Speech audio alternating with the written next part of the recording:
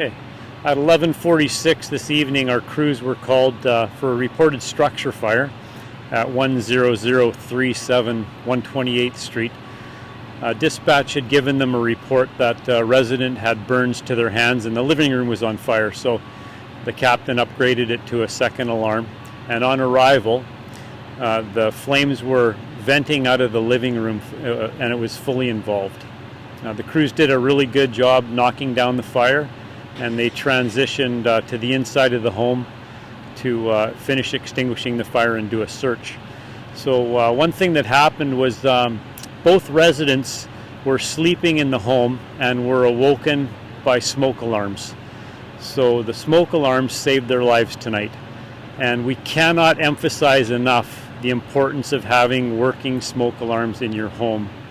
Just last night we were at a home and there was a kitchen fire and there was no working smoke alarms in the home. And if those people in that house had been asleep, it would have been a very different outcome. So once again, smoke alarms saved lives tonight.